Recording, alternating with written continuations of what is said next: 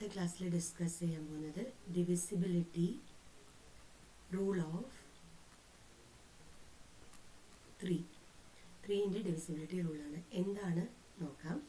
So ഒരു സംഖ്യ അല്ലെങ്കിൽ ഒരു നമ്പർ അല്ലേ, അത് 3 കൊണ്ട് ഡിവിസിബിൾ ആവുമോ എന്ന് ചോദിച്ചു കഴിഞ്ഞാൽ തീർച്ചയായിട്ടും നിങ്ങൾ ആ സംഖ്യയിലുള്ള ഡിജിറ്റുകൾ ഉണ്ടാവില്ല, അക്കങ്ങൾ ഉണ്ടാവില്ല, അതിനെ ജസ്റ്റ് ആഡ് ചെയ്യുക. ഓക്കെ, സോ ആഡ് ചെയ്യുമ്പോൾ 3 + 6 എത്രയാ? 9. 9 + 9 18 ആണ് വരുന്നത്.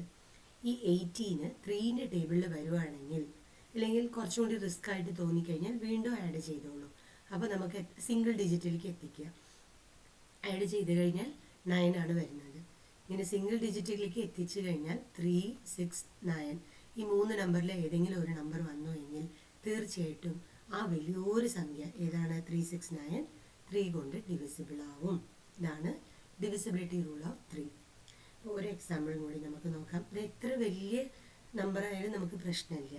എന്താ ചെയ്യേണ്ടത്? ഇപ്പോൾ 4, 0, 3, 8, 2, 5, 7, 6, 5, 2 എന്നുണ്ടെന്ന് വിചാരിക്കുക. അപ്പോൾ നമ്മൾ ജസ്റ്റ് ഇതൊരു വലിയ നമ്പറാണ്. എന്താണ്? നമ്പറാണ്. ഇതിലുള്ള അക്കങ്ങൾ അതിനെന്താ ഇംഗ്ലീഷിൽ പറയുക? ഡിജിറ്റ് എന്നാണ് പറയുക. ഡിജിറ്റിനെ സം ചെയ്യുക. സം പറഞ്ഞാൽ കൂട്ടുക. സോ 4 + 0 + 3 + 8 + 2 + 5 + 7 + 6 + 5 + 2. 4 + 3 7 + 8 15 15 + 2 17 17 + 5 22 29 35 35 40 42 ആണ് കിട്ടിയത്. ഇനി ഡൗട്ട് ഉണ്ടെങ്കിൽ ഈ 42നെ ഒന്നുകൂടി ആഡ് ചെയ്യാം. 4 + 2 എത്രയാണ് വരുന്നത്? ഫൈനൽ 6. ഈ 3 സംഖ്യയിൽ ഏതെങ്കിലും ഒന്നുണ്ടാ? ഉണ്ട്. സോ ഇത്രയും വലിയ നമ്പർ 3 കൊണ്ട് ഡിവിസിബിൾ ആവും.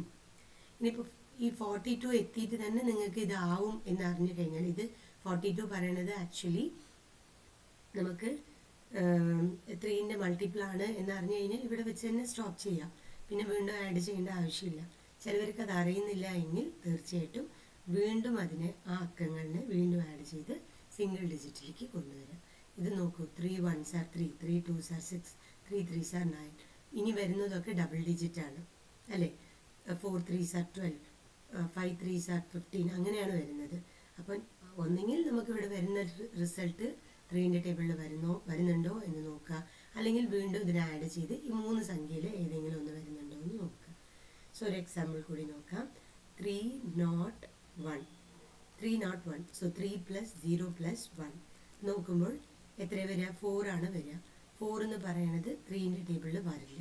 3ൻ്റെ ടേബിളിൽ നിന്ന് വരില്ല എന്ന് ഞാൻ ഉദ്ദേശിക്കുന്നത് പ്രോഡക്റ്റ് ആയിട്ട് വരില്ല എന്നുള്ളതാണ് കേട്ടോ.